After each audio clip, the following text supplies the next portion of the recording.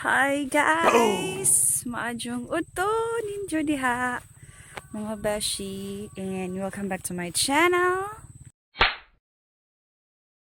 So guys, it's January 2 today and it's 2021. Happy New Year everyone! How are you and how are your celebrations during the New Year and the Christmas? Hope nag-enjoy mo together with your family and friends wherever you are celebrating the Christmas and New Year. So today is Saturday. It's around 3 o'clock in the afternoon and I am here again outside. If you're new to my channel, don't forget to subscribe. Just click the subscribe button below here, I guess. And also don't forget to click the notification bell para sad ma-update mo sa akong future vlogs nga buhaton pohon. So anyway guys, today we are here in Barangay Cambaol again. Well, most of you, or like if you are always watching my vlogs, I have few vlogs here in Cambaol in Alicia, Bohol. So since I live in Alicia, so this is my go-to if I need to go out there, breathe fresh air and just find time alone with myself, dating with nature as usual. Actually, the panoramic park is just right over this part. I think this is part of the still part of the Alicia Panoramic Park, and the back of these hills is the Balisa Hills, where I have did a vlogs where I do a vlog sad mga last week. I'm not really sure katong nagbike ko if you are following my vlogs. So doon ni siya sa Balisa Hills. Actually adto ko mulusod. So this is the way, this is the trail. So adto ko mulusot, then lusot ko sa sentro sa Cambaol proper. Then mo na siya, then going home nako. Gi-drop lang ko diri sa akong brother with his motorbike. So yeah, gonna do a hike solo again for today guys.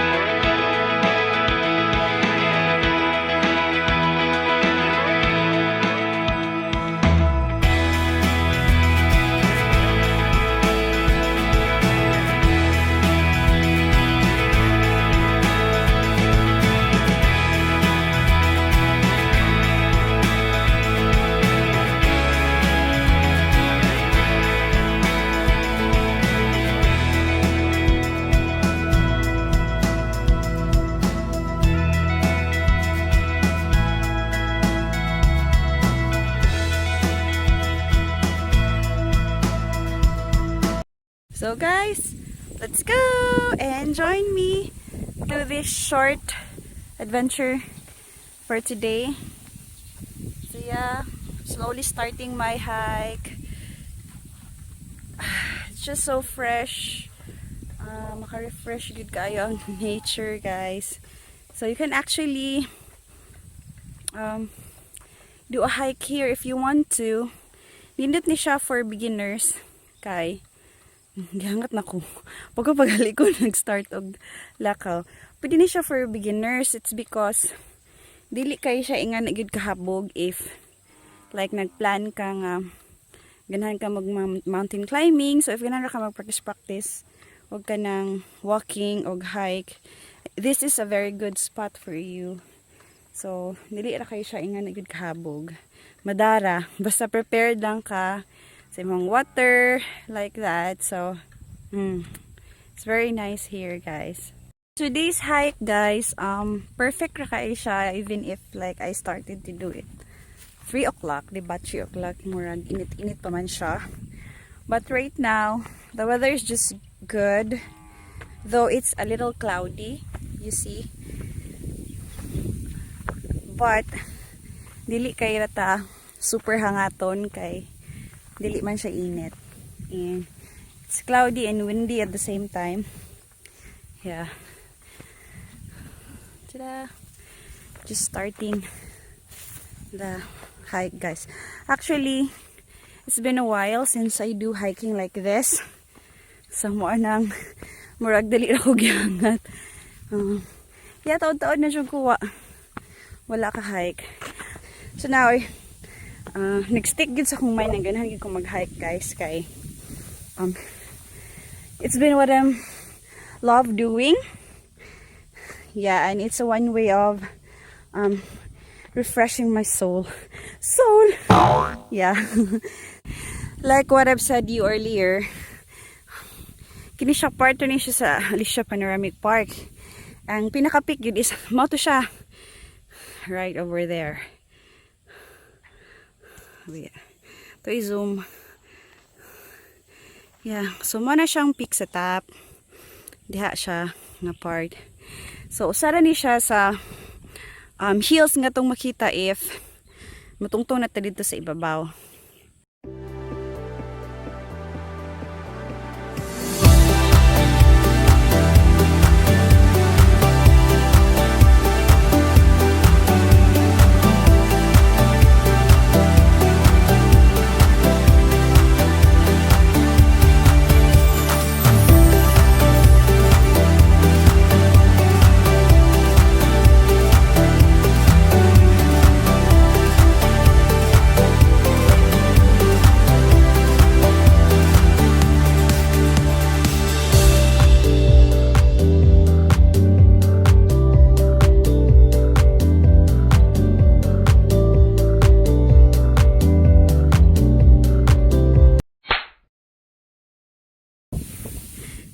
Tani taligsik gamay.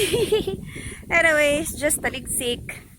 So hopefully dili ra jud kay siya totally makabasa na ako. I forgot my glasses and bring cellophane for my phone, but I got an umbrella. Anyway, guys, let me show you the beauty here. Kanindot kayo siya kitaon. Wait, guys.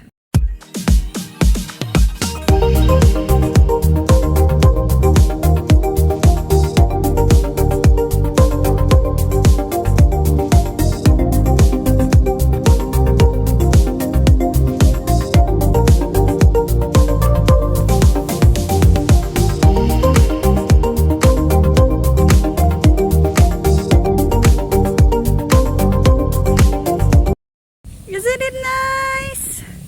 Let's get going, guys. Nag-start na og taligsik. It's good to be back. Woo.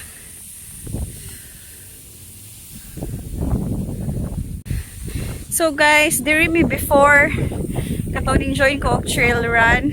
It started there. Oh, where? Started there in the farm. So dito sa kami going there up here, and then lusot diri, then lusot dito sa ubos. Mo ni siya ang trail sa 5K. So, first time to na ako, and it was very exhausting at first. It was a very good experience for me. And then enjoy.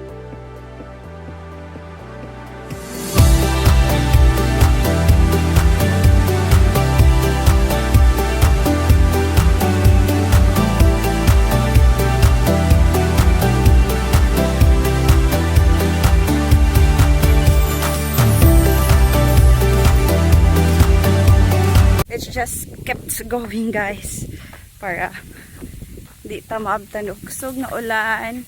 Na siya guba nga payag. I think mo na siya nga payag ang gi-transfer nila dili sa ubos. Pero naguba man siya.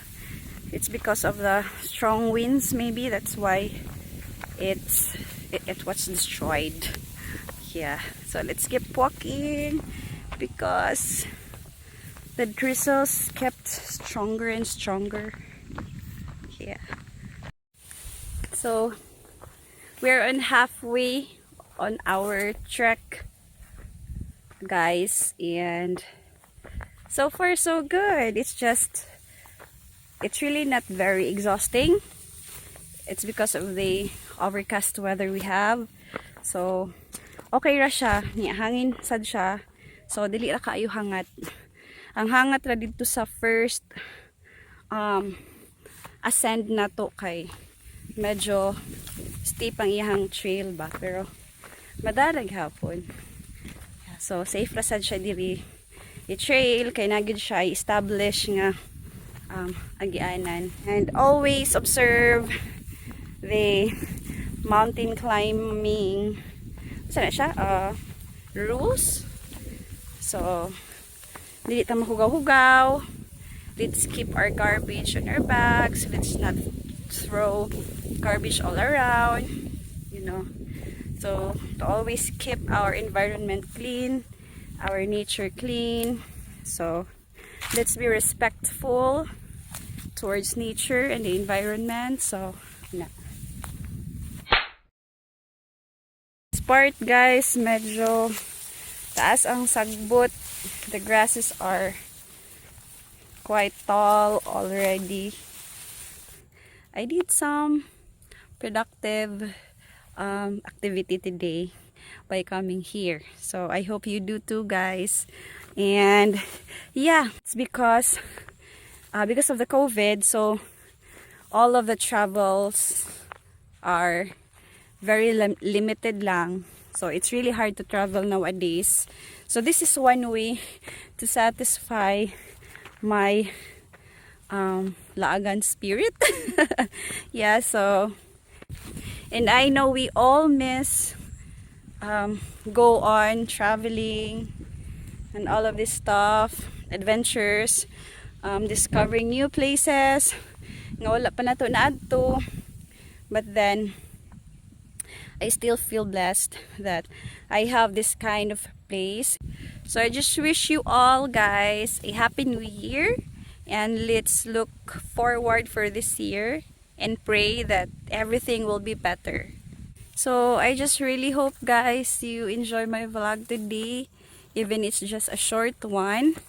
So that's all for today's vlog, guys, and thank you for always joining me on my journey and my adventures. Hope you'll always stay with me on this new year and on my future vlogs that I'll gonna be making. I love you. Bye.